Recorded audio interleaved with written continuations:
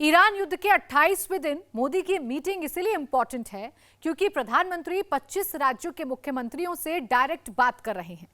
इस मीटिंग में रक्षा मंत्री राजनाथ सिंह, गृह मंत्री अमित शाह भी मौजूद हैं। तेलंगाना के सीएम रेवंत रेड्डी, आंध्र के सीएम चंद्रबाबू नायडू, महाराष्ट्र के मुख्यमंत्री देवेंद्र फडणवीस, गुजरात के सीएम भूपेंद्र पटेल, मध्य प्रदेश के सीएम मोहन यादव, यूपी के सीएम योगी आदित्यनाथ, उत्तराखंड के सीएम पुष्कर सिंह धामी, हरियाणा के सीएम नायब सिंह सैनी, जम्मू कश्मीर के सीएम उमर अब्दुल्ला, हिमाचल के सीएम सुखविंदर सिंह सुक्खू, पंजाब के मुख्यमंत्री भगवंत मान, झारखंड, गोवा, सिक्किम, मणिपुर, अरुणाचल प्रदेश, छत्तीसगढ़, इन सभी राज्यों के मुख्यमंत्री इस मीटिंग में मौजूद हैं। मोदी ने मुख्यमंत्रियों की अर्जेंट मीटिंग इसलिए बुलाई है ताकि ईरान वॉर की वजह से पैदा हुए हालात से पूरा देश एकजुट होकर लड़े, टीम इंडिया के तौर पर हर चुनौती का मुकाबला करे।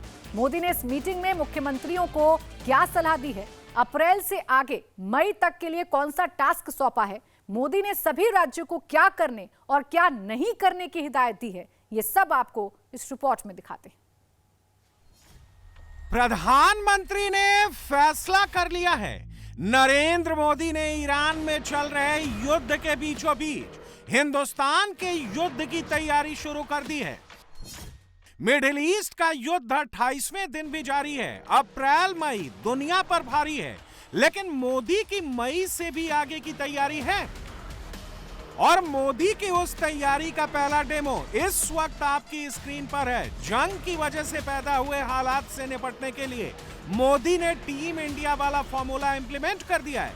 प्रधानमंत्री ने हर राज्य के मुख्यमंत्री को बुलाया, सबको समझाया आगे किसको क्या करना है, कैसे करना है, क्या नहीं करना है, किन किन चीजों का ख्याल रखना है। मोदी ने पूरा प्लान खुद बताया। युद्ध के समय अफवाह गैंग तरह तरह के झूठ फैला रहा है, पब्लिक के बीच पैनिक फैला रहा है। झूठ भी ऐसे वैसे नहीं। एक झूठ ये कि एलपीजी गैस नहीं मिल रही, देश में गैस की किल्लत हो गई है। दूसरा झूठ ये कि देश में पेट्रोल डीजल खत्म होने की कगार पर है। तीसरा झूठ ये कि सबके काम धंधे बंद हो रहे हैं, लोग पलायन कर रहे हैं। चौथा झूठ ये कि युद्ध ने किसानों को तबाह और बर्बाद कर दिया है। इन तमाम अफवाहों पर पूर्ण विराम लगाने के लिए ही मोदी ने टीम इंडिया की मीटिंग बुलाई। मोदी ने खुद हर राज्य के मुख्यमंत्री से वहां का एक एक अपडेट लिया। अगर युद्ध अप्रैल के बाद मई से भी आगे गया तो किस राज्य के पास कितना स्टॉक है, किस राज्य को अपने स्टॉक को कालाबाजारी करने वालों से बचाने की जरूरत है। मोदी ने खुद इसकी ब्रीफिंग दी, आगे का एक्शन प्लान रेडी किया। जिस वक्त पूरा मिडिल ईस्ट धू धू कर जल रहा है, जिस वक्त पूरी दुनिया को यह लग रहा है कि युद्ध मार्च में खत्म नहीं होगा, अप्रैल से आगे बढ़ेगा, मई तक भी पहुंचेगा, उस वक्त नरेंद्र मोदी मई से आगे का प्लान रेडी कर चुके हैं। वॉर से पैदा हुए क्राइसिस से हिंदुस्तान को कैसे बचा कर रखना है, इसका पूरा खाका रेडी करके बैठे हैं। मोदी ये क्राइसिस मैनेजमेंट कैसे कर रहे हैं, कितने कितने घंटों तक अपने अधिकारियों के साथ मीटिंग्स कर रहे हैं, एक एक चीज को खुद कैसे मॉनिटर कर रहे हैं, एक एक करके आपको सब बताते हैं। प्रधानमंत्री ने मुख्यमंत्रियों के साथ युद्ध काल में अर्जेंट मीटिंग की, लेकिन इस मीटिंग से ठीक एक रात पहले भी मोदी ने कुछ किया। मोदी ने देर रात एक इमरजेंसी मीटिंग बुलाई। मोदी ने इस मीटिंग में वित्त मंत्री को बुलाया, पेट्रोलियम मंत्री को बुलाया और इस मीटिंग में एक अहम फैसला हो गया। इस फैसले के तहत सरकार ने पेट्रोल और डीजल पर एक्साइज ड्यूटी में 10-10 रुपए की कटौती कर दी। पेट्रोल पर ड्यूटी 13 रुपए प्रति लीटर से घटकर 3 रुपए, डीजल पर 10 रुपए से शून्य कर दी गई। एक्साइज ड्यूटी घटाकर जो पैसे बचाए हैं उन्हें पंप पर सस्ता करके नहीं दिया जा रहा, इसके बजाय ये पैसे तेल कंपनियों जैसे आईओसीएल, बीपीसीएल और एचपीसीएल के घाटे को कम करने में लगाए जाएंगे। अभी ये कंपनियां पेट्रोल पर प्रति लीटर 26 रुपए और डीजल पर 81 रुपए 90 पैसे का घाटा झेल रही हैं। रोजाना इनका कुल घाटा करीब 2400 करोड़ रुपए है। सरकार ने 10 रुपए प्रति लीटर का बोझ इन कंपनियों से हटा दिया है ताकि वो बिना रुके पेट्रोल डीजल सप्लाई करती रहें और आम लोगों के लिए पेट्रोल डीजल के दाम ना बढ़े। कल रामनवमी के दिन माननीय प्रधानमंत्री जी ने इमरजेंसी में एक मीटिंग बुलाई और इस विषयों के ऊपर चर्चा गोष्ठी करके तुरंत निर्णय किए और इसके जितने भी करना है काम वो सब कल रात को ही हमारे मंत्रालय भी और पेट्रोलियम मंत्रालय भी बैठकर काम करके आज इस निर्णय हमने घोषणा कर। देखिए, पहले विषय, जब भी ऐसे दुनिया में संकट आता है और उसका प्रभाव भारत के ऊपर पड़ेगा, इससे पहले कोविड हो या हो, जिस तरीके से माननीय प्रधानमंत्री जी तुरंत इसको रिस्पॉन्ड करते हैं जिससे जनता के ऊपर बोझ ना लगे और जनता के ऊपर ये कष्ट भी ना हो, किल्लत ना हो पेट्रोल और डीजल का और एलपीजी का भी। इस कारण अभी क्योंकि विदेश में मार्केट में दाम बढ़ रही है क्रूड का, उसके कारण पेट्रोल और डीजल का, एटीएफ का, माननीय प्रधानमंत्री जी ने ये चाहा कि कंज्यूमर का प्राइस बढ़ना नहीं है। उसके कारण हम निर्णय लिए हैं कि ऑयल मार्केटिंग कंपनीज को सपोर्ट दें और जिससे वो ज़्यादा दाम में खरीदने वाली चीज़ों को सरकार उनको मदद करेगी, मगर जनता के ऊपर रेट बढ़ाना नहीं होना चाहिए। प्रधानमंत्री जी को धन्यवाद देना चाहता हूं क्योंकि इतना विपद काल में, जबकि एक क्षेत्र में युद्ध चल रहा है जहां से हमारा गैस, पेट्रोलियम प्रोडक्ट सारे आते हैं, फिर भी ऐसे समय में इतना बड़ा कदम उठाना ये कोई मामूली कदम नहीं है, क्योंकि हमारे आम भारतीय लोगों को अपने ज़िंदगी में तकलीफ ना हो इसका सोच प्रधानमंत्री जी ने आज दिखाया है। नहीं तो आप भी, आम आदमी भी समझ सकते हैं हमारे देश में गैस और ऑयल कितने कम प्रोडक्शन होते हैं और हम बाहर से निर्भर रखते हैं। आम जिंदगी में सबको गैस चाहिए, सबको पेट्रोल डीजल चाहिए, तो इसको किसी तरह से दाम ना बढ़े, नियंत्रण में रखे, इसके लिए इतना बड़ा फैसला लेना, वो भी पेट्रोल तब 3 रुपया एक्साइज ड्यूटी रख दिया, इतना कम आप कल्पना भी नहीं कर सकते हैं, और डीजल में 0 कर दिया। तो अभी हमने कई लोगों से बात किया, सबने कहा कि प्रधानमंत्री जी को धन्यवाद दे दीजिए। देखिए, प्रधानमंत्री जी ने सब समय में देश को एक विश्वास में लेने की प्रक्रिया बना कर रखी है। उसमें इन दिनों में उन्होंने दोनों सदन की दोनों कक्ष में, लोकसभा में और राज्यसभा में, दोनों ने देश की पोजीशन को क्लैरिफाई किया है। आज वो देश की माननीय मुख्यमंत्रियों को भी बात करेंगे, देशवासियों के सामने वो विषय को रखा जाएगा। एक विश्व की एक अभावनीय परिस्थिति में हम पहुंचे हैं, विश्व एक अलग परिस्थिति में पहुंचा है, उसमें भारत अपने नागरिकों की, भारत अपने अर्थनीतिक हितों की, भारत अपने कूटनीतिक प्रक्रिया के माध्यम से सुरक्षित रखने का जो प्रयास किया है, देशवासियों को उसमें से कॉन्फिडेंस में लिया जाएगा। मोदी सरकार को यह फैसला इंटरनेशनल मार्केट में कच्चे तेल की कीमतों में तेज और भारी बढ़ोतरी के जवाब में लेना पड़ा है, ताकि कंज्यूमर्स की जेब पर चोट ना हो, हिंदुस्तान के लोगों को महंगा पेट्रोल और डीजल ना खरीदना पड़े। ईरान वॉर की वजह से पिछले 1 महीने में कच्चे तेल की कीमतें लगभग $70 प्रति बैरल से बढ़कर करीब $122 प्रति बैरल तक पहुंच गई हैं। यानी 4 सप्ताह से भी कम समय में लगभग 75% का इजाफा हुआ है। दुनिया के बाकी देशों में हालत देखिए। दक्षिण एशिया और साउथ ईस्ट एशिया में ईंधन 30 से 50% महंगा हो गया है, अमेरिका में 30% और यूरोप में 20% का इजाफा हुआ है, लेकिन भारत ने पेट्रोल और डीजल के दाम नहीं बढ़ाए। युद्ध के बीच में टॉप 15 देशों का आंकड़ा देखिए। लाओस में पेट्रोल प्राइस 33% बढ़ा, ऑस्ट्रेलिया में, वियतनाम में 32%, पाकिस्तान में 25%, अमेरिका में 24%, कंबोडिया में 19%, कनाडा में 17%, जर्मनी में 13%, लेबनान में 12%, चीन में 10%, फ्रांस में 9%, तुर्की में 8% और यूएई में पेट्रोल की कीमतों में 7% का इजाफा हो चुका है। लेकिन मिडिल ईस्ट में ताबड़तोड़ हो रही बमबारी के बावजूद हिंदुस्तान में पेट्रोल की कीमतों में अभी तक कोई इजाफा नहीं हुआ है, और यह सब मोदी की नीतियों की वजह से ही मुमकिन हुआ है। युद्ध काल में हिंदुस्तान में तेल की कीमतों में स्थिरता की एक कीमत है और वो कीमत सरकार खुद उठा रही है, उसका बोझ जनता पर नहीं डाल रही है। हमारे आसपास के देश दुनिया भर में फ्यूल प्राइसेस इंक्रीज हुए हैं, लेकिन हमारे यहाँ पेट्रोल डीजल का कोई प्राइस इंक्रीज नहीं हुआ है कि अप्रैल 2022 से पेट्रोल और डीजल का प्राइस या तो कम हुआ है या वही रहा है, ये कभी इंक्रीज नहीं हुआ है।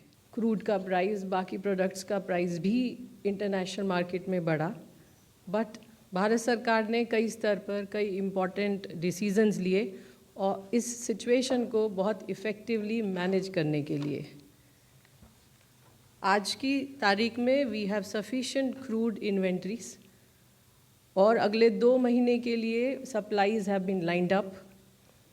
Situation is comfortable with respect to LPG and PNG also. हमारी रिफाइनरीज 100% या उससे भी ज़्यादा कैपेसिटी पर ऑपरेट कर रही हैं और domestic production of LPG has increased by almost 40%. मैं दोबारा on the cost of repetition मैं ये कह रही हूँ कि हमारे पास पर्याप्त सप्लाईज हैं, क्रूड की भी, एलपीजी की भी, पेट्रोल की भी, डीजल की भी। इसलिए कृपया किसी भी अफवाह पर विश्वास न करें। 2022 में रूस यूक्रेन युद्ध के समय भी तेल कंपनियों ने घाटा सहा और सरकार ने टैक्स घटाकर आम लोगों और उद्योग को महंगाई से बचाया। ईरान वॉर के बीच स्ट्रेट ऑफ हॉर्मुज के ब्लॉक होने के बावजूद मोदी आज भी उसी सिद्धांत पर चल रहे हैं, मिनट टू मिनट की मॉनिटरिंग खुद कर रहे हैं।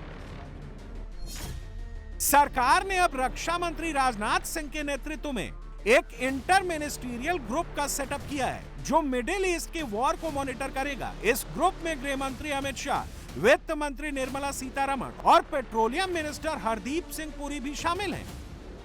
यह ग्रुप वेस्ट एशिया के युद्ध पर लगातार नजर बनाए रखेगा और मोदी इस ग्रुप के साथ मिलकर टीम इंडिया के साथ फुल कोऑर्डिनेशन में भारत के हितों को सेफ और सिक्योर करने का काम जारी रखेंगे। यही राहुल गांधी आपके सामने क्या बताया था, यही कम से कम एक आध लोग तो जब उन्होंने स्टेटमेंट दिया था, आप भी रहे होंगे, तो 2-3 दिन में पूरा पेट्रोल डीजल खाली हो जाएगा। अभी 27th डे है जी, सभी जगह पेट्रोल मिल रहा है। ये रूमर कितना भी स्प्रेड करते हैं तो अभी बहुत लोग, ज्यादा लोग जा रहे हैं, ये ज्यादा से ज्यादा ड्रम में इसमें संग्रह, फिर भी जहां सब जगह पेट्रोल मिल रहे हैं, डीजल मिल रहे हैं। प्रधानमंत्री जी के नेतृत्व में भारत ने जिस प्रकार से इस क्राइसिस का मैनेजमेंट किया है, हमारे यहाँ पेट्रोल डीजल की कमी नहीं है। हमारे यहाँ पर जो हाउस होल्ड गैस है वो भी दिया जा रहा है। कमर्शियल गैस में कुछ कटौती की गई है, लेकिन उसको भी अब वापस 50% पर लाया जा रहा है। तो मुझे लगता है कि एक प्रकार से जिस प्रकार की डिप्लोमेसी हमारे प्रधानमंत्री जी ने की है वो काबिले तारीफ है। ये भी कहना चाहता हूं कि अगले पूरे समय का एक बहुत अच्छा प्लान भारत सरकार ने तैयार किया है, इसलिए सरकार पर विश्वास रखकर सभी लोगों ने एहतियात बरतनी चाहिए। हिंदुस्तान के लोगों पर ईरान वॉर की वजह से पैदा हुए हालात का असर कम से कम पड़े या बिल्कुल ना के बराबर पड़े, नरेंद्र मोदी टीम इंडिया के साथ मिलकर यही कोशिश कर रहे हैं। लेकिन मोदी की इस कोशिश में उनके सियासी विरोधी पॉलिटिक्स ढूंढ रहे हैं। वॉर के बीचों बीच देश में पैनिक मचाकर, लोगों को बहकाकर, अफवाह फैलाकर सड़क पर उतारने का काम कांग्रेस और मोदी के दूसरे विरोधी कर रहे हैं। लेकिन सोशल मीडिया पर कांग्रेस वाले मोबाइल ये घुमा रहे हैं कि मोदी देश में पैनिक मचा रहे हैं। कांग्रेस के पोस्ट का स्क्रीनशॉट आपके सामने है। दरअसल कांग्रेस को ईरान वॉर से पैदा हुए हालात से कोई लेना देना नहीं है, उसे तो बस इस युद्ध को मोदी के खिलाफ हिट जॉब के तौर पर इस्तेमाल करना है। और ये कैसे हो रहा है, ये कांग्रेस के इस पोस्टर में साफ साफ दिख रहा है। मोदी सरकार ने पेट्रोल और डीजल पर एक्साइज ड्यूटी में कटौती की तो कांग्रेस के इकोसिस्टम ने यह नैरेटिव बनाना शुरू कर दिया कि सरकार ने चुनाव देखते हुए यह फैसला लिया, पब्लिक को सहूलियत नहीं दी, तेल कंपनियों को फायदा पहुंचाया। देखिए, अभी भारत सरकार कितने भी कदम ले, जो संकट खड़ा हुआ है वो तो खड़ा हुआ है। अगर युद्ध नहीं रुकेगा तो ये स्थिति भयावह होनी है। तो इसके लिए तो हमें तैयार रहना चाहिए। अब हमारे ऊपर तो इम्पैक्ट पड़ रहे हैं। प्रधानमंत्री जी देर से जाग रहे हैं। जहाँ टाइम पर निर्णय होने चाहिए थे, जो हमारा एक कूटनिरपेक्ष का हम लोग अगुवाई कर रहे थे, तो हम लोग तो एक जगह खड़े कर दिए अपने आप लाकर, उसको नुकसान तो उठाने पड़ेंगे हमें। तो ये प्लीज़ मत बताने की कोशिश करें कि आप बहुत काम कर रहे हैं। किसके लिए कम किया? क्या मेरे और आपके लिए कम किया? क्या अभी मैं और आप अगर यहाँ से निकल के अपनी गाड़ी लेके पेट्रोल भराने जाएंगे तो क्या कम पैसे देंगे? हम तो उतने ही देंगे ना जितने दे रहे थे। तो ये एहसान किस पर लाद रहे हैं साहब? हमने कम कर दिया और आप चले हम पर एहसान लादने। पब्लिक को क्या बचाने के लिए कि हम आपको और नहीं मारेंगे? अभी तक तो मार रहे हैं और नहीं मारेंगे आपको, यही है ना? हमारी खाल से आप जूती बनाते हैं, हमें पहना देते हैं और कहते हैं साहब देखो हमें वाहवाही चाहिए अब आपसे, हमने आपको जूते पहना दिए। अरे खाल तो मेरी ही है। तो कमाल की बातें कर रहे हैं साहब। पब्लिक पे बर्डन नहीं होगा, पब्लिक पे तो बर्डन है। लेकिन जो कांग्रेस पेट्रोल डीजल पर इतना शोर मचा रही है, वो खुद एक तथ्य नहीं बता रही है। वो तथ्य कांग्रेस शासित राज्यों से जुड़ा है। कर्नाटक में पेट्रोल प्रति लीटर 102 रुपए 96 पैसे का मिल रहा है। डीजल प्रति लीटर 90 रुपए 99 पैसे का मिल रहा है। तेलंगाना में पेट्रोल प्रति लीटर 108 रुपए, डीजल प्रति लीटर 95 रुपए का मिल रहा है। हिमाचल प्रदेश में पेट्रोल प्रति लीटर 94 रुपए 28 पैसे का मिल रहा है। डीजल प्रति लीटर 86 रुपए 36 पैसे का मिल रहा है। जबकि कांग्रेस शासित राज्यों की तुलना में बीजेपी शासित राज्यों में तेल की कीमतें कम हैं और इसकी वजह यह है कि कर्नाटक और तेलंगाना में वैट काफी ऊंचा है, इसलिए वहां पेट्रोल डीजल दूसरे राज्यों से महंगा पड़ता है। नरेंद्र मोदी ने यकीनन मुख्यमंत्रियों के साथ हुई मीटिंग में कांग्रेस शासित राज्यों के सीएम को सलाह दी होगी कि आप भी जनता की जेब पर ध्यान दीजिए। सवाल है कि क्या कांग्रेस ऐसा करेगी? क्या टीम इंडिया की भावना के साथ सरकार के साथ कदम से कदम मिलाकर ईरान वॉर से पैदा हुए हालात से निपटने में मोदी का साथ देगी? कहना मुश्किल है। जब दुनिया भर में पेट्रोल और डीजल के दाम बहुत बढ़ गए हैं, हिंदुस्तान शायद एकमात्र ऐसा देश है जहां पर उत्पाद शुल्क को कम किया गया और सीधा लाभ भारत के 140 करोड़ लोगों को पहुंचाया गया। लेकिन दूसरी ओर कांग्रेस पार्टी है जिन्होंने पूर्व में भी बार बार कांग्रेस शासित राज्यों में वैट को बढ़ाकर आम जनता पर बोझ डाला था।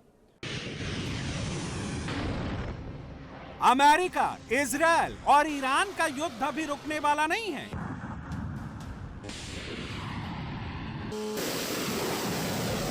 इसके संकेत ईरान ने भी दे दिए हैं, ट्रंप ने भी दे दिए हैं।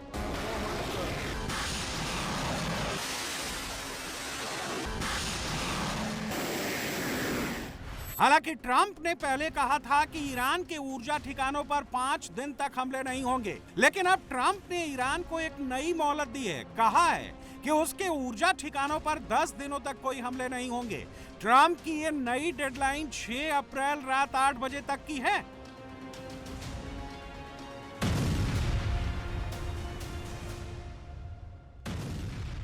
उसके बाद क्या होगा ये अभी कहना मुश्किल है, लेकिन हालात बद से बदतर होंगे इसकी गारंटी है, क्योंकि युद्ध अब अप्रैल तक पहुंच चुका है। मई तक खिंचने का भी अंदेशा है।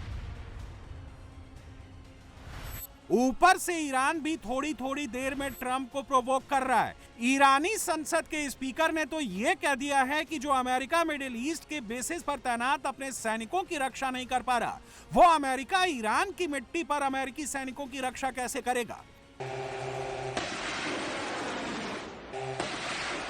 दोनों साइड की तरफ से हो रही बयानबाजी इस बात का संकेत दे रही है कि हालात और ज्यादा बिगड़ने वाले हैं।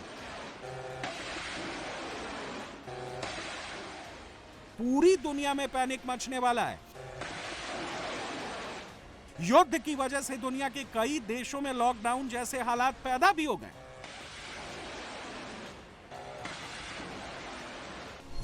साउथ कोरिया में लोग शॉर्ट शावर ले रहे हैं, सिर्फ वीकेंड पर वॉशिंग मशीन चला रहे हैं। नेपाल में रसोई गैस की किल्लत की वजह से लोग ठंडा खाना खा रहे हैं। थाईलैंड में लोग लिफ्ट नहीं, सीढ़ियों का इस्तेमाल कर रहे हैं। श्रीलंका में फैक्ट्रियां, दुकानें और स्कूल सब बंद हो गए हैं। निजी गाड़ियों को हर हफ्ते 15 लीटर और पब्लिक ट्रांसपोर्ट को हर हफ्ते सिर्फ 200 लीटर तेल मिलेगा। फिलीपींस में नेशनल इमरजेंसी घोषित कर दी गई है। बांग्लादेश में यूनिवर्सिटी बंद, कोचिंग सेंटर्स बंद, ऑनलाइन क्लासेस शुरू हो गई हैं। बिजली बचाने के लिए हर दिन 5 घंटे बिजली काटी जा रही है। बांग्लादेश के बड़े ऑयल डिपो पर आर्मी की तैनाती कर दी गई है।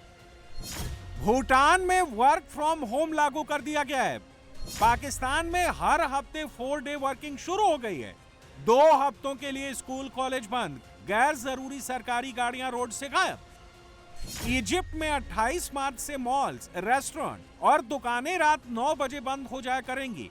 सरकारी इमारतों पर शाम 6 बजे ताला लग जाया करेगा। विज्ञापन के लिए लगाई गई होर्डिंग्स और बिलबोर्ड्स की लाइट्स तक नहीं चलेंगी।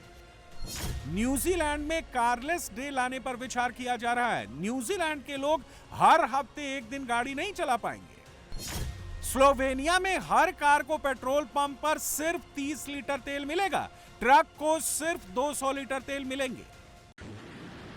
यानी एक युद्ध ने पूरी दुनिया को पैरालाइज कर रखा है। इकलौता हिंदुस्तान है जो अभी तक संभला हुआ है और आगे कोई अनहोनी ना हो, इसीलिए नरेंद्र मोदी ने 25 राज्यों के मुख्यमंत्रियों को बुलाकर उनके साथ मीटिंग कर अप्रैल से आगे मई तक का रोड मैप रेडी किया है।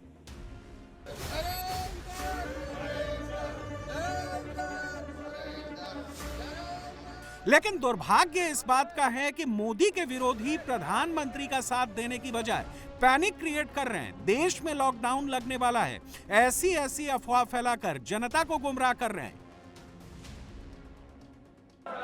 कहां हो रही है लॉकडाउन का? पाकिस्तान में हो रही है, ना कि इंडिया में। Sir, markets and shopping centres are ordered to be closed by 9:30 PM Pakistan में। इधर हो रही है क्या? ऐसे कुछ नहीं है।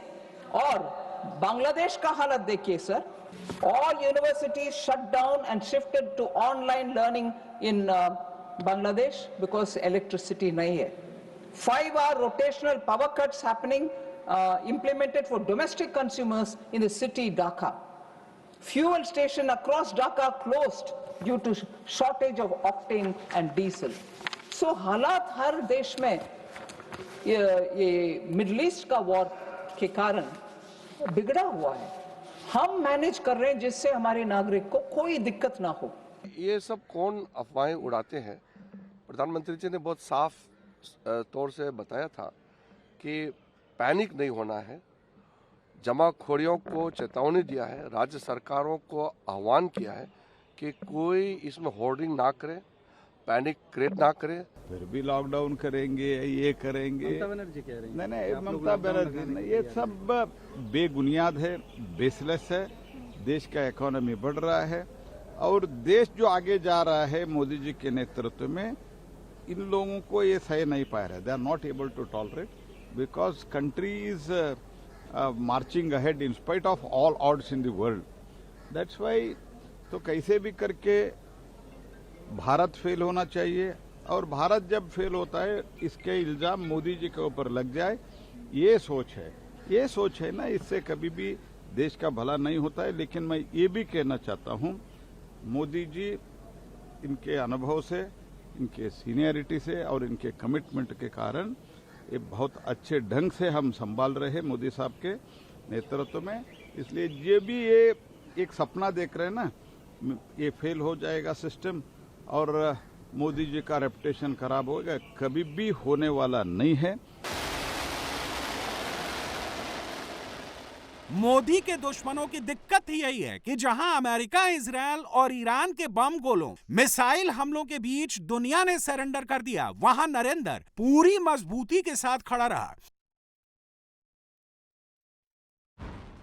नरेंद्र ने हिंदुस्तान पर कोई खतरा नहीं मंडराने दिया और युद्ध की वजह से पैदा हुए हालात भारत को कोई नुकसान न पहुंचा सके, इसके लिए मोदी ने टीम इंडिया से मीटिंग कर ली है। आगे की रणनीति आज ही रेडी कर ली है।